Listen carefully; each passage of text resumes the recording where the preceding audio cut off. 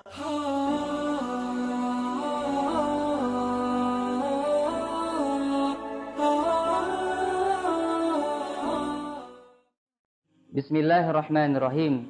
Alhamdulillahirabbil alamin wassalatu wassalamu ala nabiyyina Muhammadin wa ala alihi wa ashabihi wa man tabi'ahum bi ihsanin ila yaumil. Para jemaah sekalian, jazakumullah. Siapapun di antara kita dalam menjalin rumah tangga, keluarga, tentu menginginkan keluarga yang penuh dengan kebaikan, kebahagiaan, sakinah, mawaddah warahmah.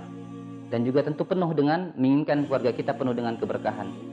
Tapi sadarkah para jemaah sekalian, ada hal-hal yang ketika kita melakukan suatu amalan atau perbuatan, maka ketika itu juga rumah tangga kita diambang kehancuran.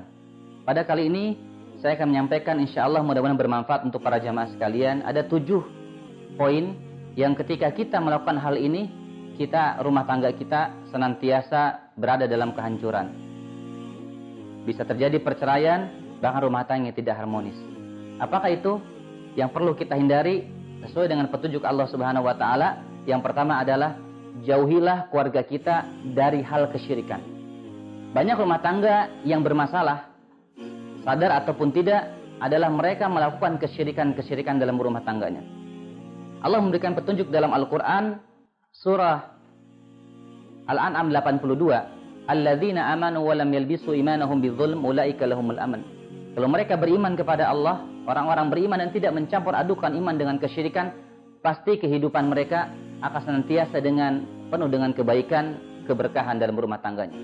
Untuk itulah para jamaah sekalian yang masih terlibat dengan kesyirikan, yang masih terlibat dengan jimat-jimat, isim-isim, yang masih terlibat dengan persugihan, yang masih mungkin terlibat dengan ilmu-ilmu kanuragan, bertobatlah kepada Allah, jauhilah kesyirikan, karena syirikan adalah malapetaka dalam rumah tangga. Yang kedua yang perlu kita hindari, karena ini adalah penyebab kehancuran rumah tangga kita, adalah lemah bersedekah. Mungkin di antara kita para jamaah sekalian yang masih lupa dalam berzakat, yang lupa dalam berinfak, yang lupa dalam bersedekah. Mari kita biasakan sedekah. Kenapa? Karena dengan sedekah ini tudfa'ul bala. Berbagai macam musibah-musibah yang menimpa diri kita, keluarga kita akan terangkat dan akan tertolak. Yang ketiga yang perlu kita hindari, yang ini salah satu penyebab faktor kehancuran rumah tangga kita, adalah menjauhi patung-patung dalam rumah tangga kita. Jika ada di antara para jamaah sekalian yang di rumahnya masih majang patung-patung 3 dimensi yang berbentuk makhluk, ya apakah itu binatang, apakah itu manusia, makhluk hidup, maka diupayakan dijauhkan. Karena banyak sekali saya dalam menangani beberapa kasus-kasus ruqyah syariah, itu ketika mereka berkonsultasi, rata-rata rumah-rumah tangga yang mereka terlibat, yang memajang patung-patung, beberapa terjadi banyak masalah dan malapetaka. Apakah terjadi perceraian, terjadi penyakit aneh, kemudian sulit mendapatkan keturunan, terhalang jodohnya, kemudian penyakit gila atau depresi, dan juga penyakit-penyakit yang sangat mengerikan. Kenapa? Karena malaikat rahmat tidak masuk datang kepada rumah-rumah yang di dalamnya terdapat patung-patung. Ini para jamaah sekalian, poin yang ketiga. Yang keempat adalah hindari keluarga kita daripada qati' rahim. Apa itu qati' rahim? Adalah memutuskan tali persaudaraan. Para jemaah sekalian, tidak sedikit di antara kita ketika sudah membina rumah tangga, kita lupa kepada orang tua kita. Kita lupa kepada kakak kita, ya. Kita lupa mungkin kepada adik kita dan saudara kita.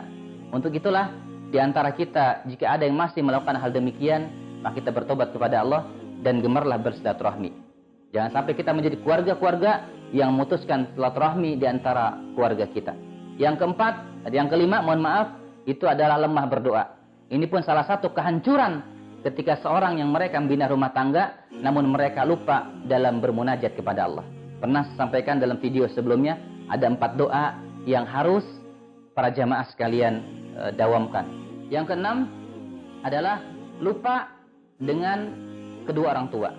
Yang keenam adalah salah satu penyebab kehancuran rumah tangga itu adalah banyak rumah tangga, banyak suami, banyak istri yang mereka lupa dan melupakan keluarga besarnya. Lupa terhadap ayah ibu kandungnya.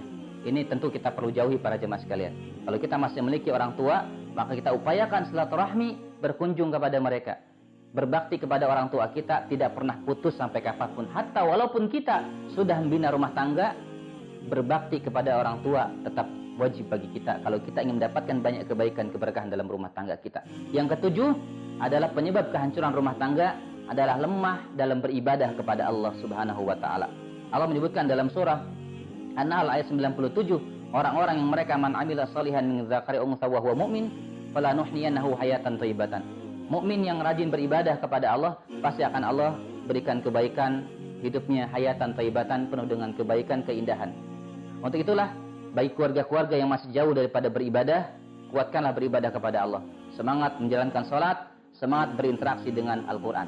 Mudah-mudahan ketujuh penyebab kehancuran keluarga ini kita bisa waspadai, kita bisa hindari para jamaah sekalian, dan insya Allah Allah menjadikan keluarga kita penuh dengan kebaikan dan keberkahan. Wallahu a'lam bishawab.